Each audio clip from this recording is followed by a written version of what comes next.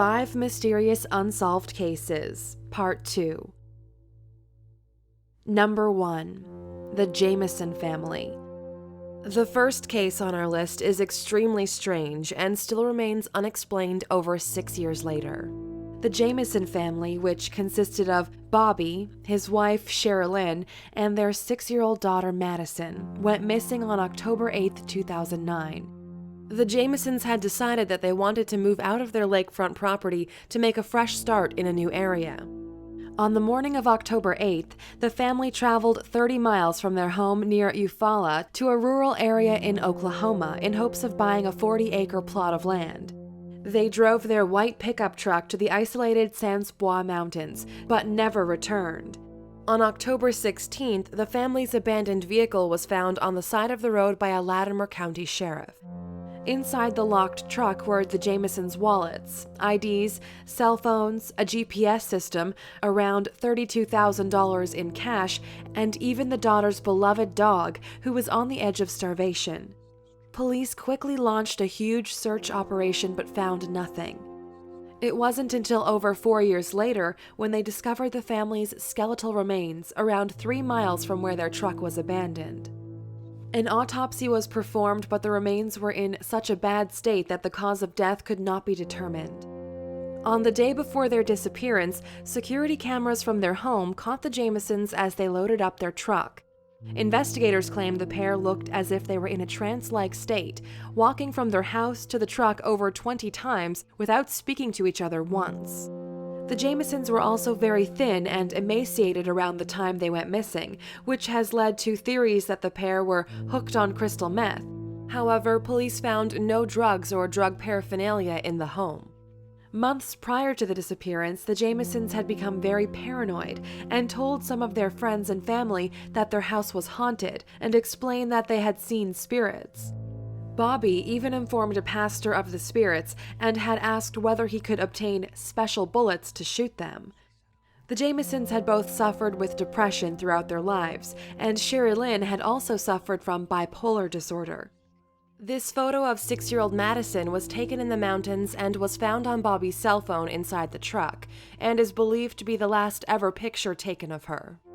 The family have said that they don't believe Bobby or Sherilyn took the photo, as Madison isn't looking towards the camera, and because she appears to look terrified.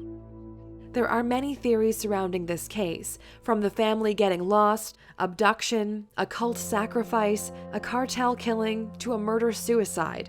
However, over 6 years later, nobody is any closer to knowing what really happened on that day. Number 2. Amber Tuckerow. 20-year-old Amber Tuckerow went missing on August 18, 2010. The previous day, Amber, her 14-month-old son, and her female friend flew to Edmonton International Airport from her hometown of Fort McMurray, Alberta. Once the three arrived, they booked themselves into a motel in Nisku, close to the airport, where they could spend the night.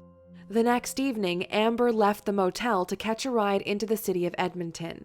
She decided to hitch a ride with an unknown male, which turned out to be the worst mistake of her life. The next day, after not hearing from her, Amber's friend informed her mother, who reported her missing.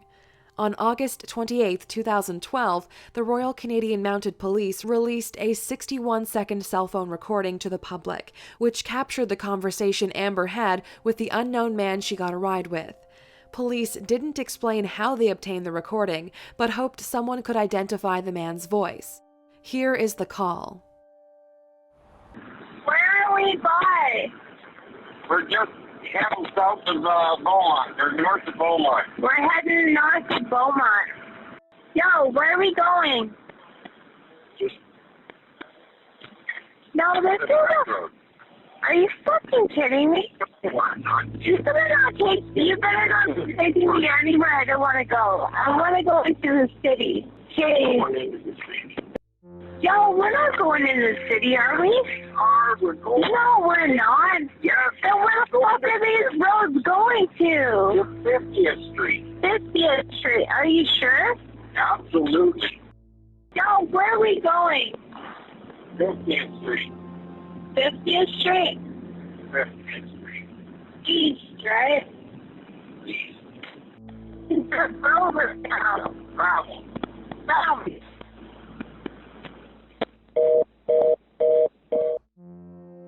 Just 4 days after the recording was released to the public, Amber's remains were found by horseback riders on a rural property near Leduc County. In the recording, the unknown driver claimed he was driving north. However, RCMP investigators believe that instead of driving north to the city, he drove southeast along the rural roads of Leduc County. Although police released the 61-second recording, the call actually lasted for 17 minutes, which is practically the amount of time it would take to drive from the motel Amber was last seen to the location where her body was discovered. CBC News has learned that the call actually came from Amber's brother, who was locked up in the Edmonton Remand Center, where all outgoing calls are recorded. Police have said due to the recording, they have received hundreds of tips, but still have not identified the unknown driver. Number 3. Madeleine McCann. In late April of 2007, Kate and Jerry McCann went on holiday to Portugal with their 3 young children and a group of their friends. At 10:14 p.m. on Thursday, May 3rd, 3-year-old Madeleine McCann was reported missing. Portuguese police received a call claiming that the 3-year-old British girl had been abducted. Earlier that night at around 7 p.m., the McCanns put their children to bed. They say that all 3 were asleep at around 8:30 p.m. They then left the apartment and met up with 7 of their friends for dinner at a tapas bar, 50 yards across the pool from their apartment. The McCanns say that checks were made on the kids every half an hour to make sure they were safe. At around 9:05 p.m., Jerry McCann made his way to the ground floor apartment in Praia da Luz. He says all of the children were still asleep and Madeleine was in her bed. At 9:30 p.m., one of the McCanns' friends, Dr. Matthew Oldfield, checked on the children. He claims that the McCanns' bedroom door was wide open, but as he heard no noise, he left without looking far enough into the room to see whether Madeleine was in bed. At 10 p.m., Kate McCann checked the apartment. She says that she noticed the children's door was open wider than she remembered it being. When she entered the room, she claims that the window shutter and curtains were wide open and that Madeleine was no longer in her bed. Kate quickly returned to the tapas bar where she began screaming that someone had taken her daughter. At 10:30 p.m., the resort activated its missing child search protocol, where 60 staff and guests, and later police, searched the resort through the night. In the first 24 hours of the investigation, many mistakes were made by police. One being the crime scene that was not fully secured, meaning around 20 people entered the apartment before it was closed off, contaminating any potential evidence. The McCanns quickly became suspects by Portuguese police, as they didn't buy their story and couldn't believe that they left their children unattended. They theorized that there had been a tragic accident, and the parents had hid Madeleine's body and staged the abduction scene. Although they were suspects, Kate and Jerry were allowed to leave Portugal and returned to the UK in September of 2007. After a year-long investigation, in July 2008, Portugal's Attorney General closed the case and the McCanns were no longer being treated as suspects.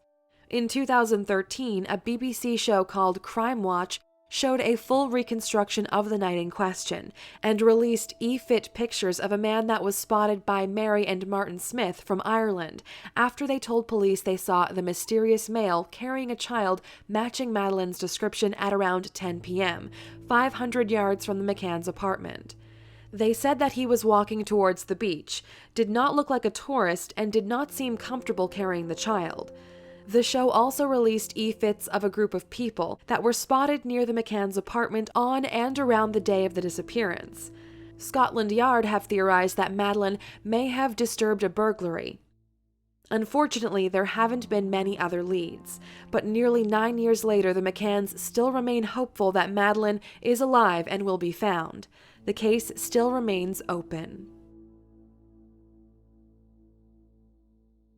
Number 4. Kaylin Lauder. 30-year-old Kaylin Lauder went missing at around 7 p.m. on September 27, 2014. The circumstances in which she disappeared are very bizarre. In the morning, Lauder had called 911 claiming that someone had broken into her condo in Murray, Utah. and believed the intruder was still in the house. She went on to say that she didn't see anyone, but she heard them talking. During the call, Lauder yelled several times for the intruder to leave. Police investigated the report but found no evidence to suggest a break-in had occurred. Later that same day, Lauder was caught on surveillance camera walking barefoot in the rain outside her condo with her dog. Police believe she appears to be having an animated conversation.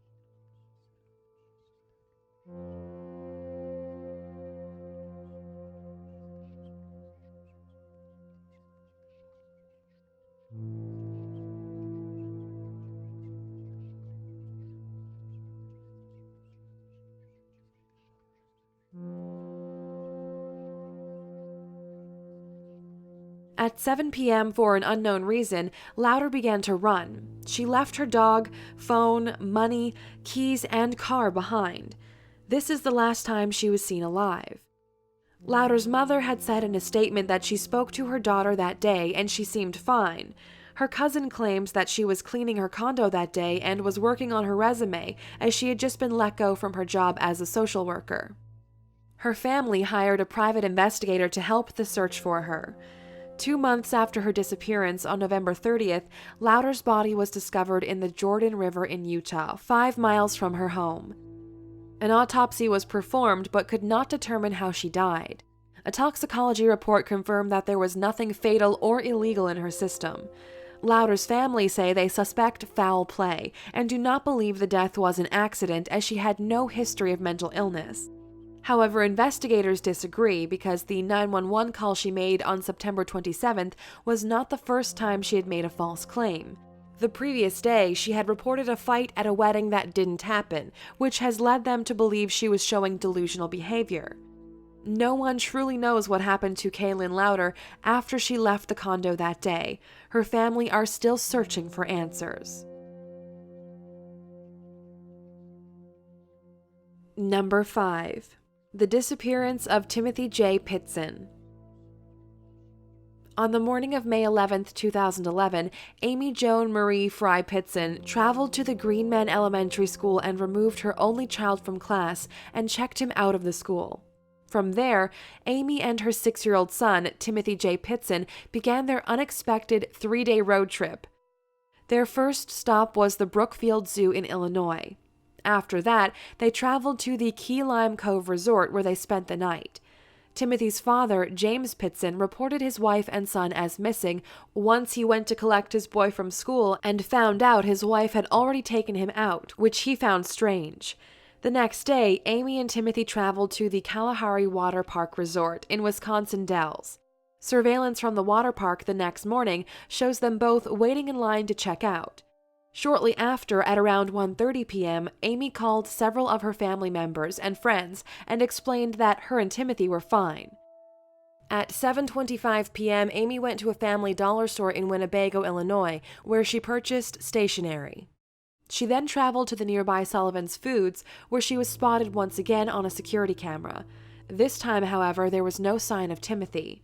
Her final journey was at around 11:15 p.m., where she checked into the Rockford Inn in Rockford, Illinois. The next day, at around 12:30 p.m., she was found dead by the inn's employees. She had taken her own life by ingesting an overdose of antihistamines and had slit her wrists. Amy left a suicide note and had sent 2 letters to her loved ones in the mail, which claimed that Timothy was safe and was taken somewhere where he will be well cared for.